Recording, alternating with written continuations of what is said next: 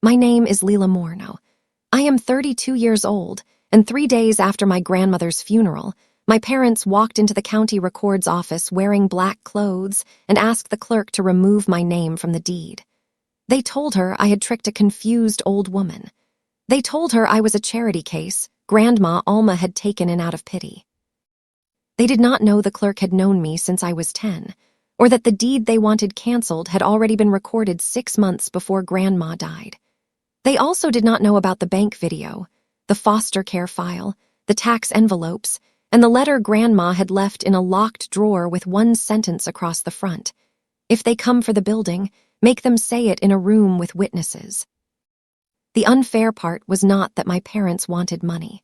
I had known that about them since I was a child. The shocking part was that they had started trying to sell Grandma's building before her body was even buried. And the reason I am telling this now is because the same people who left me in a laundromat at 10 years old stood in a county conference room 22 years later and said family should come first. If somebody in your life ever disappeared when things got hard and then came back when money appeared, tell me in the comments what you would have done, because I still think about the silence in that room. The building was called Alma's Wash and Fold. It sat on Lark Street in Dayton, Ohio, between a tax office and a small barber shop with a red awning. It had 12 washers, 14 dryers, one folding table with a crack down the middle, and an upstairs apartment that smelled like starch, lemon cleaner, and warm cotton. That was where I grew up, not in the house my parents rented across town. Not in the bedroom with the purple curtains my mother bought for photos. I grew up above a laundromat, listening to quarters drop into machines, and my grandmother calling out numbers in Spanish when someone needed change. I was 10 when my parents left me there. It was a Friday in October. I remember because the elementary school had a fall carnival that night and I had a paper bracelet around my wrist. My mother, Celeste, drove me to Grandma Alma's building after school. My father, Ray, followed in his truck with my suitcase in the bed. My younger brother Mateo was in the back seat with headphones on. He had soccer practice the next morning and kept complaining that the laundromat smelled like old soap. My mother told me we were staying with Grandma for the weekend while she and my father handled some bills. She said it quickly, like a person reading a label. Grandma was behind the counter sorting towels for the nail salon next door. She looked at the suitcase and then at my mother's face. "Celeste," she said, "what did you do?" My mother rolled her eyes. "Don't start, it's temporary."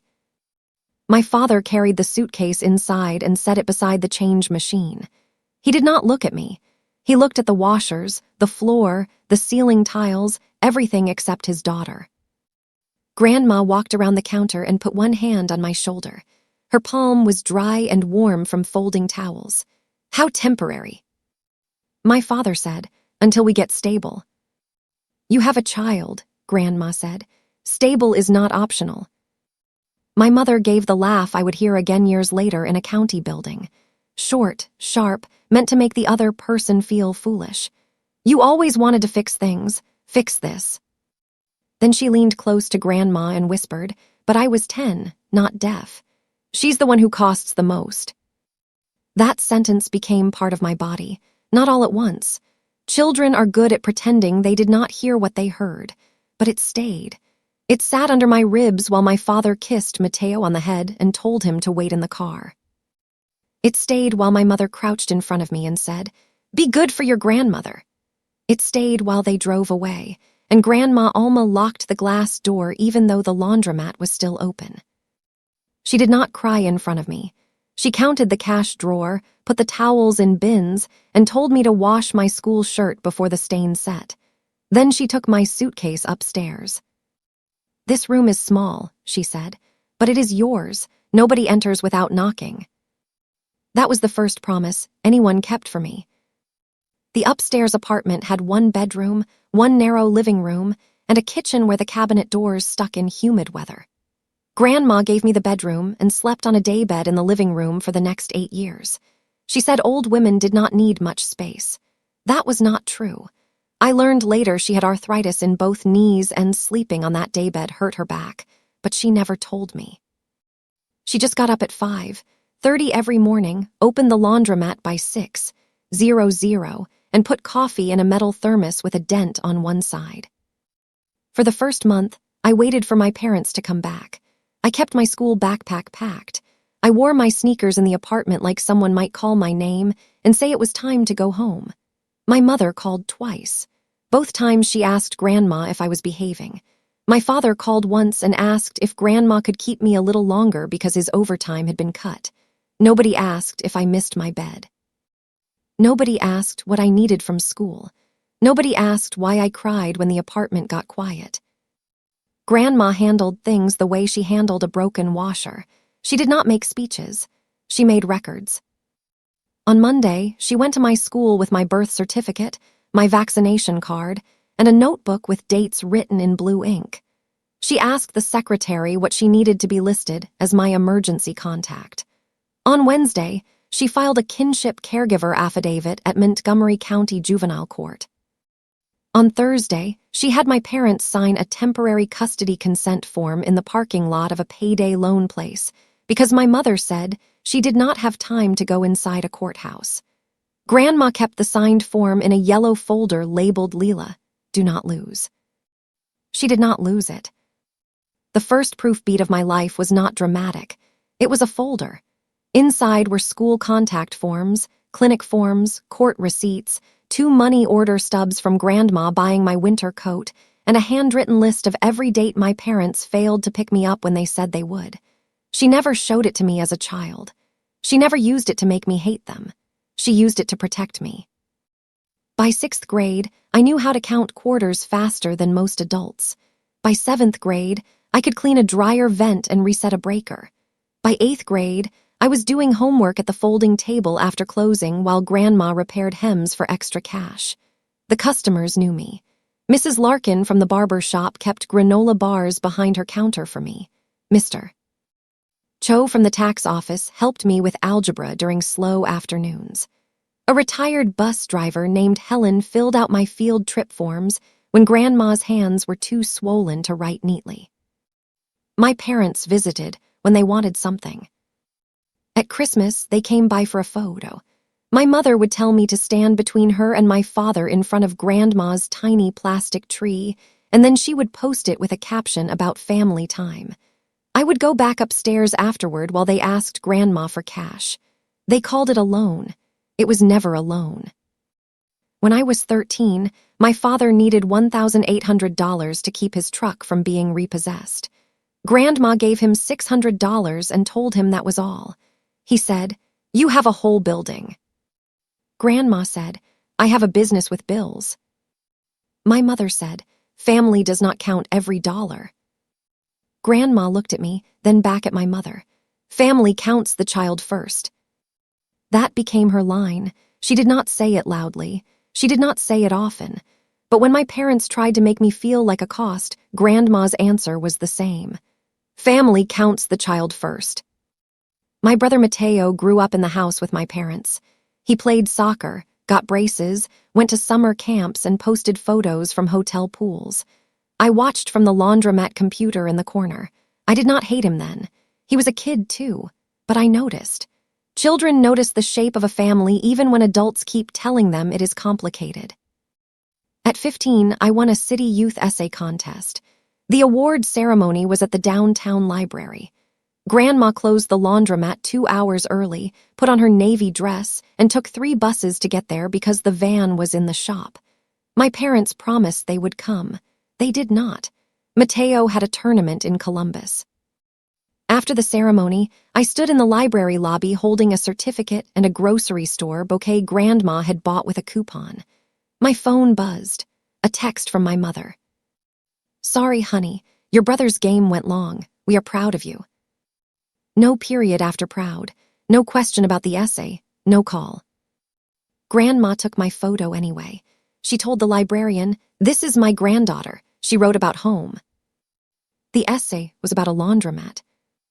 That night, after I fell asleep, I woke up thirsty and heard Grandma downstairs on the phone. Her voice was low, but the apartment was small. "You do not promise that girl and disappear," she said. "You did it once with a suitcase. You will not keep doing it in pieces." Then she hung up. The next morning, my mother did not call. I graduated high school with a scholarship to Wright State for accounting. It was not a glamorous dream, but it made sense to me. Numbers were calm. Records did not change their story because someone cried louder. I worked mornings at the laundromat, went to class in the afternoon, and came back to close. Grandma refused to let me pay rent. I bought groceries anyway. We had a quiet system. She pretended not to notice when I slipped money into the flour tin. I pretended not to notice when she slipped it back into my backpack. By then, the building was worth more than I understood. Lark Street had changed. A new coffee place opened 2 blocks down. Then a bike shop. Then a developer bought the empty furniture warehouse across the street and turned it into loft apartments with black windows and rent nobody from the old neighborhood could afford. People started stopping by the laundromat with business cards. Grandma took every card, thanked them, and put them in a shoebox under the counter. At night, she would hand me the cards and ask me to look up the companies. I learned about shell LLCs, zoning changes, option contracts, and people who used friendly words to take property from older owners. "They say community," Grandma told me once, tapping a card against the counter. "They mean remove the people who wash uniforms here." She was not against selling because she hated money. She was against selling to people who saw the neighborhood as empty just because rich people had not arrived yet. The second proof beat came when I was 22. A man named Victor Haynes came in wearing a wool coat too nice for a laundromat and asked if Alma Rivera was available. He said he represented Lark Street Renewal Partners. He offered $900,000 for the building, cash close, 30 days. Grandma listened, wiped down the counter, and said no. He smiled at me. "Your granddaughter might want a different future." Grandma did not smile back. "My granddaughter knows this place has tenants, customers, and history. You see square feet." After he left, she told me to pull the shoebox. We found 3 cards with different company names, all using the same phone number. I made a spreadsheet. Grandma made copies. 2 months later, when Haynes mailed a letter claiming the building had outstanding code violations and should be sold before enforcement, Grandma walked the letter to the city inspector herself. The inspector wrote back that the building had no open violations. Grandma put that response in the yellow folder too. Years passed like that. Wash, fold, count, file. I got my degree. I became a staff accountant at a nonprofit housing agency. I still lived above the laundromat because Grandma's knees were worse and the stairs were getting harder for her. We moved her into the bedroom and I took the daybed. She argued. I told her old women did need space. She laughed for a full minute, then let me move the dresser. My parents saw the neighborhood changing and started visiting more. My mother would bring pastries from the nice bakery downtown and leave them on the counter like a peace offering. My father asked about the roof, the insurance, the taxes. Mateo, by then a real estate agent with gel in his hair and a leased BMW, started calling Grandma Abuela again after years of calling her Alma. One Saturday, when I was 26, he brought a printed brochure. It showed the laundromat building turned into a cocktail bar with apartments upstairs. On the front, someone had changed the sign to Lark House. "Just a concept," Mateo said. "You could retire." Grandma sat behind the counter with a pen in her hand. "I am not tired." "Everyone gets tired," my mother said. "Let Mateo help. Family should benefit before strangers." There it was, their sentence, their little flag, family should benefit before strangers. Grandma looked around the laundromat. Mrs. Larkin was folding towels. A nurse from Miami Valley Hospital was loading scrubs. 2 construction workers were waiting for dryers. A grandmother with 3 kids was sorting school uniforms at the big table. "These are not strangers," Grandma said. My father leaned close. "You are being emotional." "No," Grandma said. "I am being exact." That was the day she called Attorney Prionaire. I did not know that right away.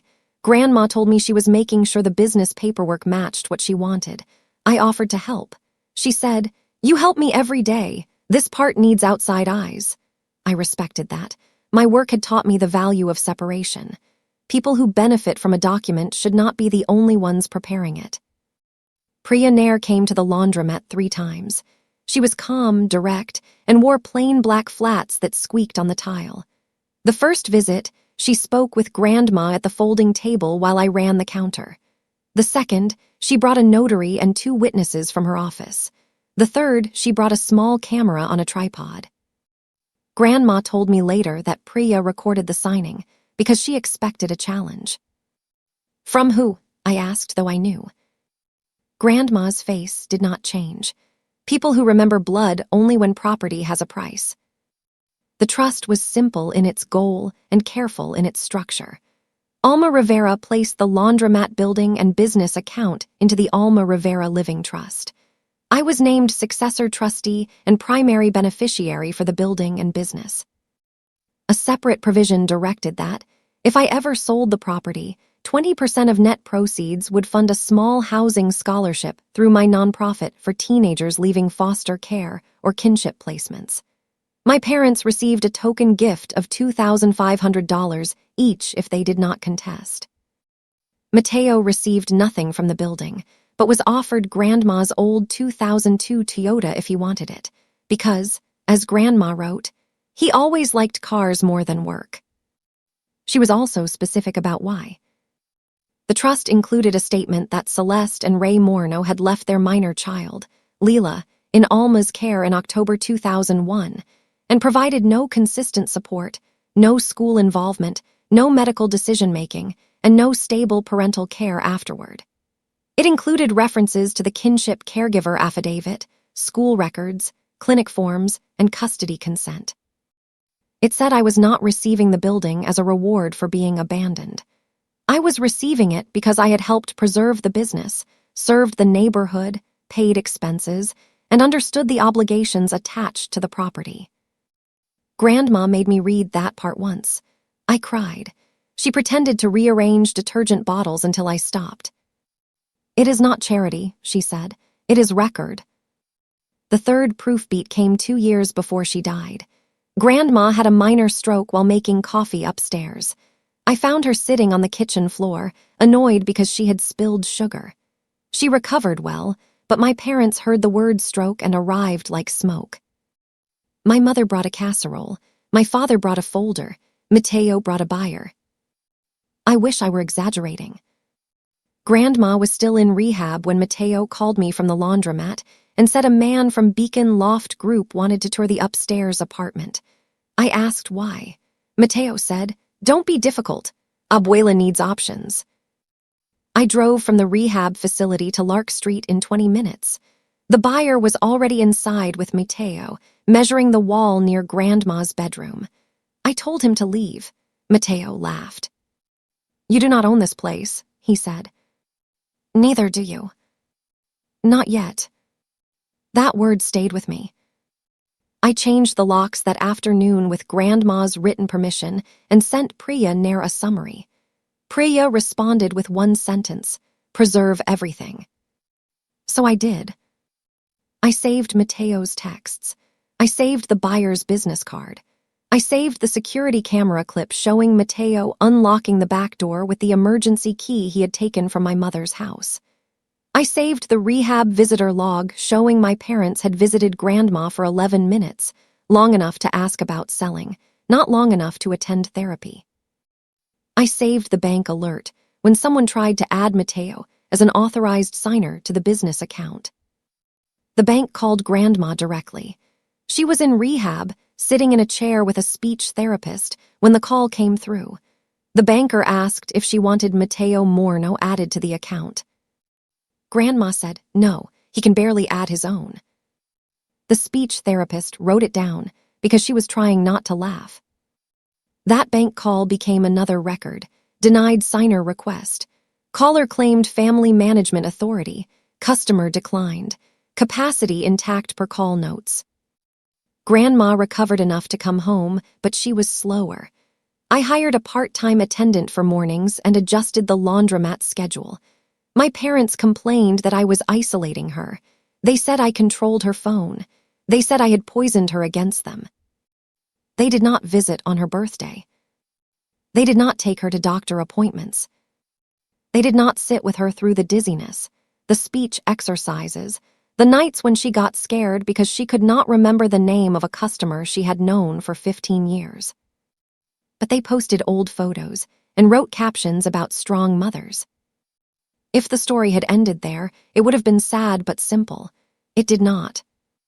The midpoint came in March 2025, 6 months before Grandma died. I received an email from a title company I had never contacted. Subject line, Lark Street preliminary closing documents. I opened it at my desk during lunch. The attachment listed Alma's wash and fold as the property. Seller, Celeste Morno, Ray Morno, and Mateo Morno, heirs of Alma Rivera. Buyer, Beacon Loft Group LLC. Proposed sale price, $1.85 million. Estimated closing date, April 30. Grandma was alive. I read that sentence again because my brain rejected it.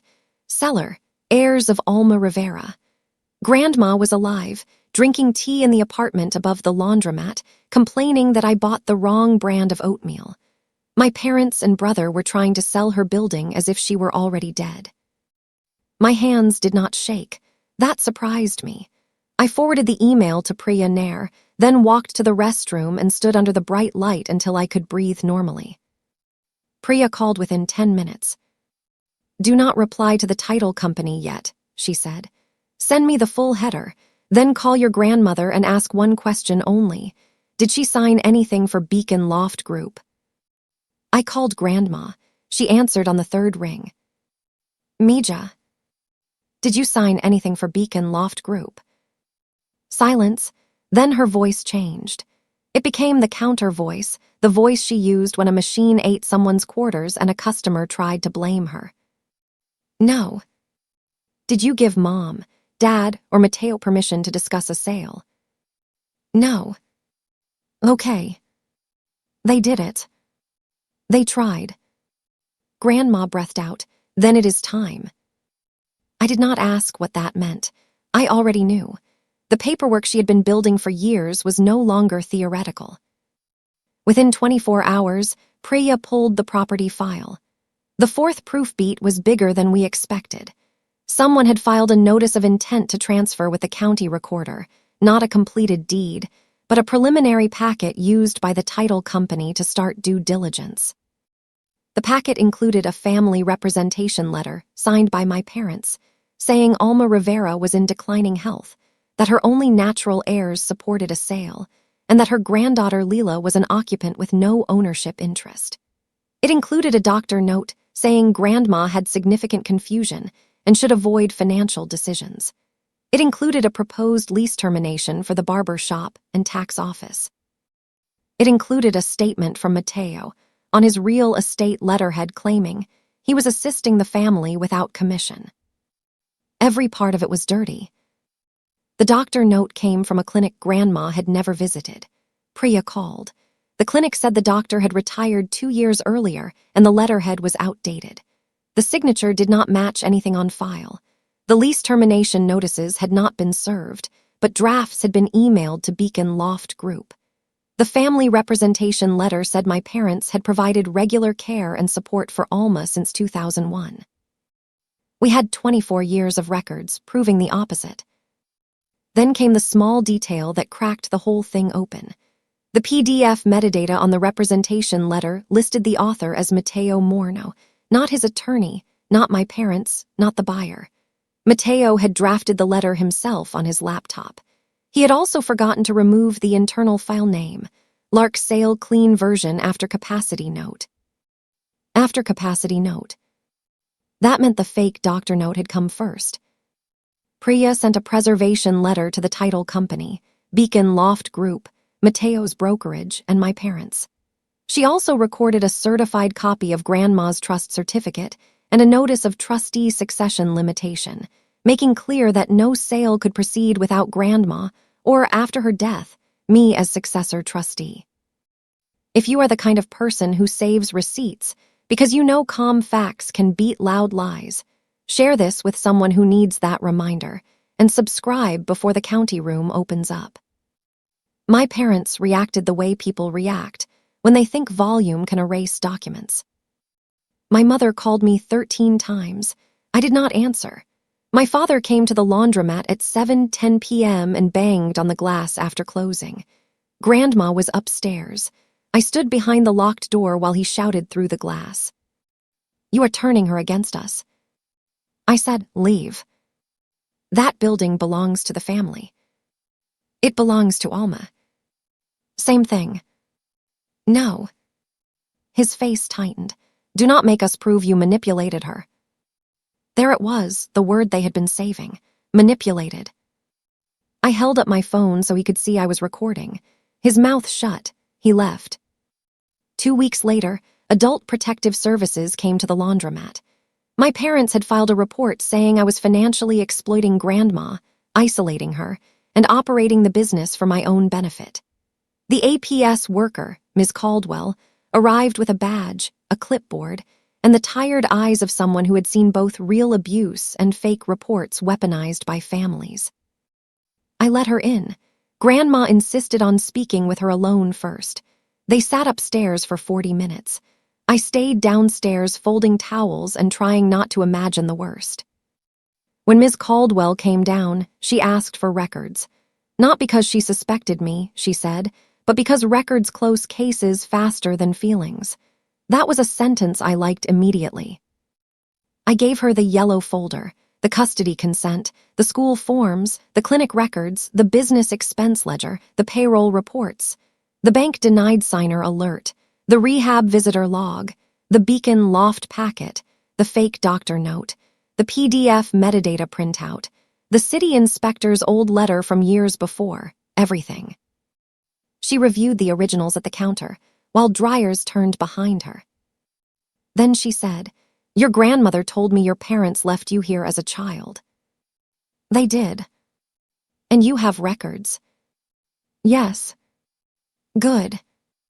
The APS report closed as unfounded against me and noted possible financial exploitation attempts by other relatives. Priya added it to the file. Grandma died in September 2025, not dramatically, not in a hospital bed surrounded by the people who had ignored her. She died upstairs before opening time, sitting in her chair by the kitchen window with a cup of coffee cooling on the table. I found her at 5:47 a.m. The laundromat below was quiet. No machines, no quarters, no customers.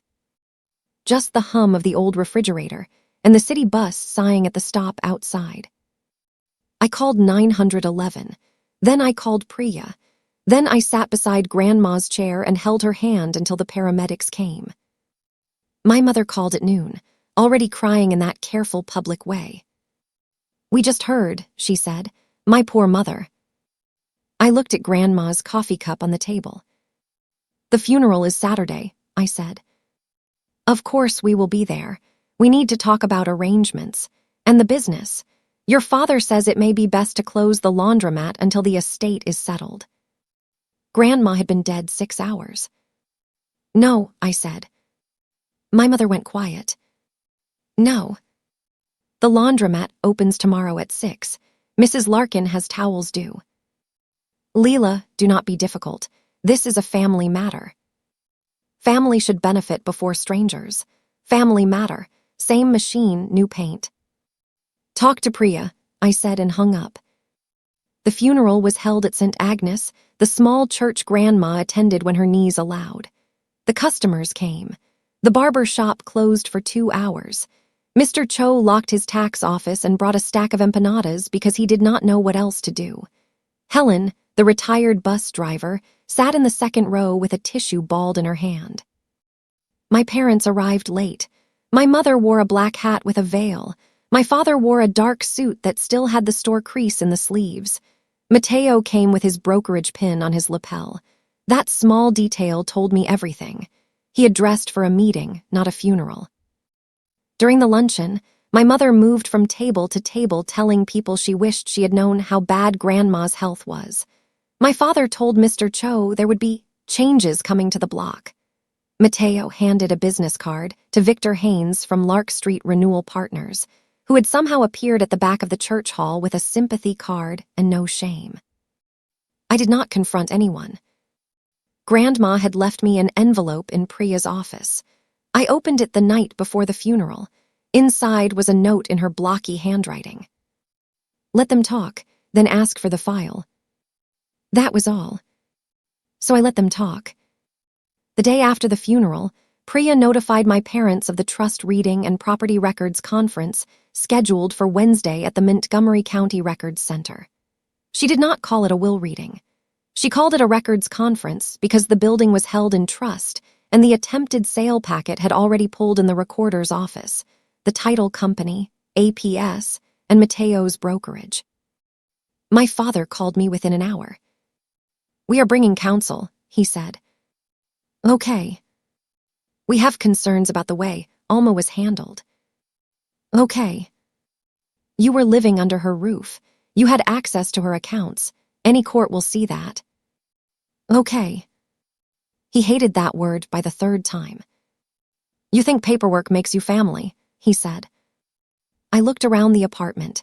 Grandma's apron hung on the pantry door. Her coffee cup sat in the sink. Her handwriting was on the detergent order taped to the fridge. No, I said. I think showing up does. He hung up. Wednesday morning, I arrived at the Montgomery County Records Center at 8:40. The conference room was on the second floor behind a glass wall. It had a long table, a screen, a county seal, and 12 chairs. Priya was already there with 2 binders and a laptop. Ms. Caldwell from APS sat near the wall. The county recorder's deputy, Mr. Ellison, had the property file. A title company attorney was present by video. A compliance manager from Mateo's brokerage came in with a folder. Dr. Klein, Grandma's actual physician, joined by video from his clinic. Mrs. Larkin sat beside Mr. Cho as tenant witnesses. Helen came too, because Grandma had listed her as an independent witness to the trust certificate signing. That was the witness room Grandma wanted. Not a courtroom, not a shouting match in the laundromat, a county room with people who had records. My parents arrived at 9:05 with Mateo and a lawyer named Grant Pell. My mother looked around and seemed annoyed by the number of people. My father whispered something to Mateo. Mateo stared at the title company attorney on the screen and looked away. Mr. Ellison opened the meeting. We are here regarding the recorded trust certificate for 1842 Lark Street, the attempted preliminary transfer packet submitted through Dayton Crown Title, and related concerns raised by Adult Protective Services and Counsel. My mother leaned toward her lawyer. Why is APS here? Priya looked at her. Because you invited them when you filed a false report. The room went still for half a second. Then Mr. Ellison continued like he had heard worse before breakfast. Priya presented the proof ladder in order. She did not start with the building. She started with me at 10. First, the kinship caregiver affidavit filed October 17, 2001. Alma Rivera assuming daily care of Lila Morno. Then the temporary custody consent signed by Celeste and Ray Morno. Then school records showing Grandma as primary contact from 5th grade through graduation. Clinic records showing Grandma attending medical visits. Emergency contact forms. No child support payments from my parents. No tax dependency claim after 2002. No record of them paying rent, utilities, tuition, or medical expenses for me. My mother shifted in her chair. That was not abandonment, she said. It was a temporary family arrangement. Priya clicked to the next page. It was a copy of my mother's own text to Grandma from 2004, found in Grandma's phone backup and printed with the extraction report. Can you just keep Lila through the school year? Mateo needs stability, and Ray says we cannot handle both. Mrs. Larkin made a small sound. My mother looked at the table. Priya did not add anything. She moved to the second proof beat. The business records, utility bills paid from Grandma's account, property taxes, insurance policies, repair invoices, my payroll records starting at 16, my W-2s from the laundromat, my later accounting work for the business. The city inspector letter confirming no code violations when Lark Street Renewal tried to pressure a sale. tenant payment histories for the barber shop and tax office, lease renewals signed by Grandma, witnessed by Mr. Cho and Mrs. Larkin. Then the trust. Priya played the bank video from March 2023. Grandma sat in a small conference room at Fifth Third Bank wearing her green cardigan, the one with loose threads at the cuff. The bank officer asked her to state what she wanted. Grandma's voice filled the room, thin but clear. I want the laundromat and building to go to Lila Morno. She was the child left with me. She became the one who stayed. Celeste, Ray, and Mateo are not to sell it, borrow against it, manage it, or speak for it. If Lila sells one day, she gives part to kids who leave care with a suitcase, because nobody should start life from a lobby chair. My throat tightened, but I stayed still. The bank officer asked, "Are you making this decision freely?" Yes. Has anyone pressured you? Only the people who want me to sell, not Lila. The video paused. My father's jaw had gone tight. Dr. Klein spoke next. He confirmed Grandma had mild speech issues after the stroke, but retained decision-making capacity. He had evaluated her in 2023 and again in January 2025. He said she understood the property, the trust, the family conflict, and the consequences of excluding her daughter. Grant Pell, my parents' lawyer, tried to interrupt. "Doctor, did Ms. Rivera ever show confusion?" Dr. Klein said, "About television remotes sometimes.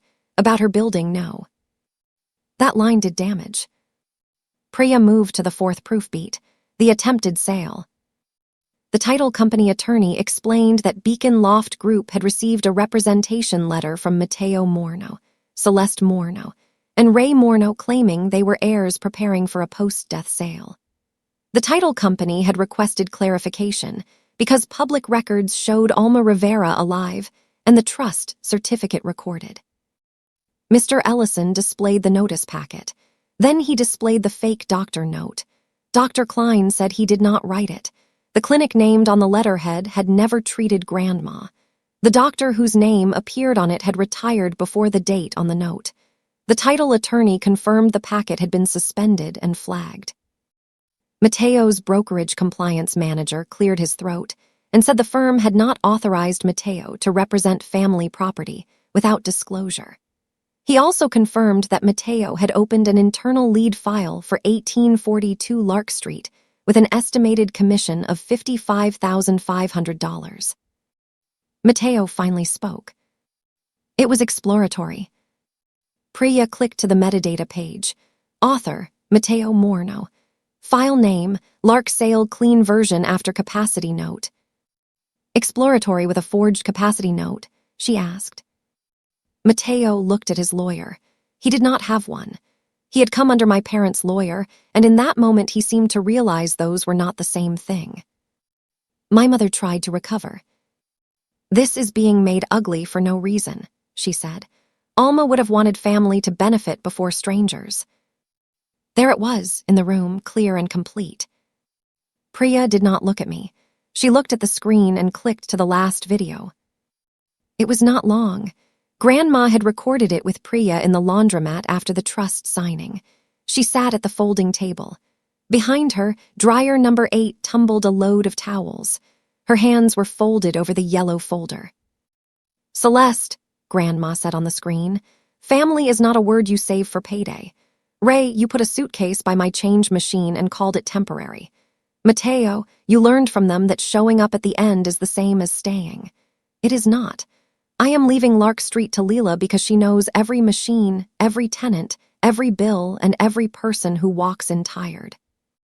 If you challenge this, let the records answer you." My mother made a sound like she had been slapped. Grandma continued. "And if you tell people I was confused, remember this. I know exactly who left. I know exactly who stayed." The video ended. For 8 seconds, nobody spoke. Then my father leaned back and said, "We were young. We did what we had to do." Helen, the retired bus driver, looked at him from across the table. "You were 34. My father did not answer. Mr. Ellison summarized the county position. The recorded trust certificate stood. The attempted transfer packet had no legal effect. The sale could not proceed. The suspicious capacity note and representation letter would be referred to the recorder's fraud review channel. APS had already closed the complaint against me and noted concerns about attempted exploitation by other relatives. Mateo's brokerage would handle licensing compliance separately. Beacon Loft Group withdrew through the title attorney before the meeting ended. My parents' $2,500 token gifts were conditioned on no contest. Priya explained that any challenge would risk forfeiture and open discovery into the sale packet, the fake doctor note, the APS report, and their lack of support records. Grant Pell asked for a private recess. The county gave them 15 minutes. They went into the hallway. Through the glass, I could see my mother talking fast, one hand cutting the air. My father stood with his arms crossed. Mateo was on his phone, probably texting his broker. Grant Pell listened, expression flat, the way lawyers look when clients want magic, and brought them mud. When they returned, he spoke for them. My clients will not contest the trust at this time. At this time, that little door left open for pride. Priya said, then we will circulate a non-contest acknowledgement and property non-interference agreement. My mother stared at me. You got what you wanted. I thought about being 10 years old with a suitcase by the change machine. I thought about Grandma on the daybed. I thought about the way my parents used temporary like a tarp over something they never intended to repair. No, I said. Grandma did. My mother stood so quickly her chair rolled back. You think you are better than us because an old woman felt sorry for you. The old sentence was in there, dressed up. Charity case, cost, the one they could leave. I kept my voice level. She did not feel sorry for me. She raised me. My father grabbed my mother's elbow. Mateo walked out first. His face was gray. By the following week, his brokerage had suspended him pending review. The fake doctor note went to the county prosecutor's fraud intake. Beacon Loft Group sent a letter stating it had relied on family representations and would not pursue the property. APS mailed the final closure report.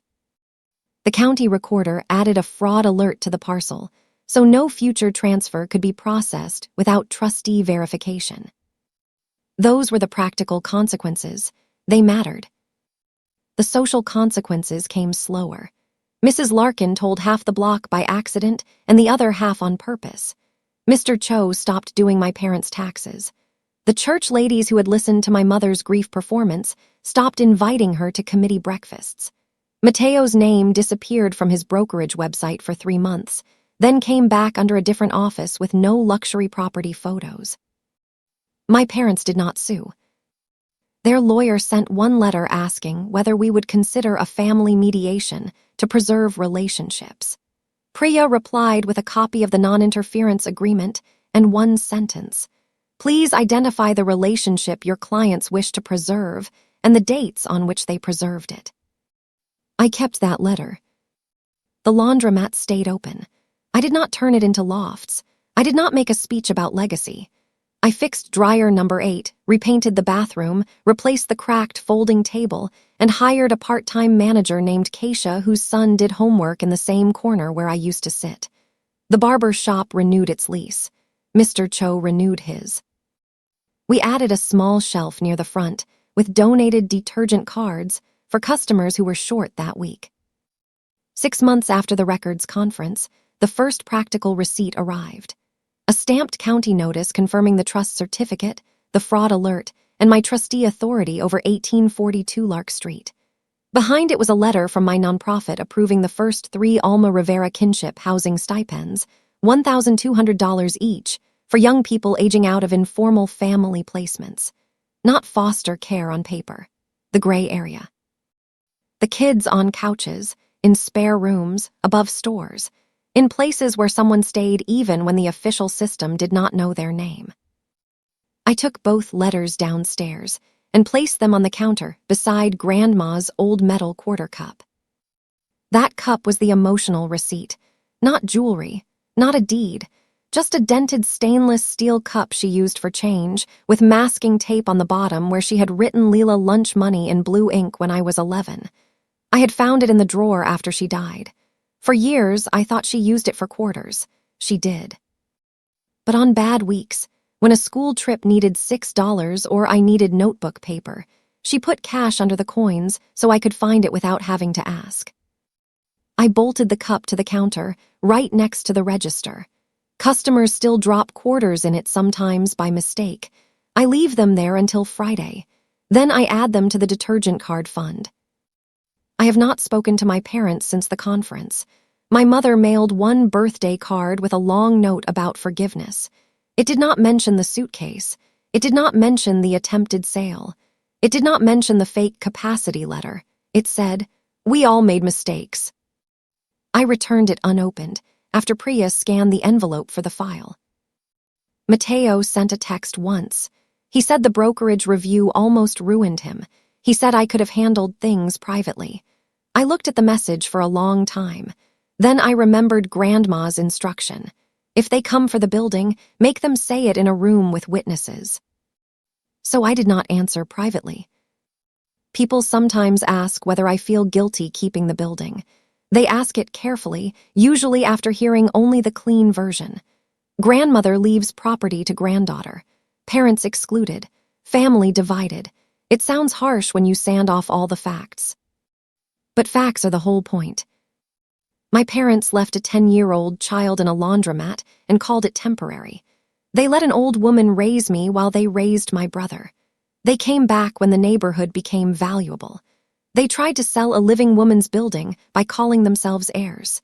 They used a fake doctor note and a false APS report when I stood in the way.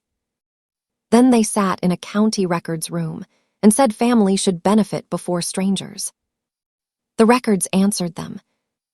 Grandma Alma was not perfect. She was stubborn. She overcooked rice.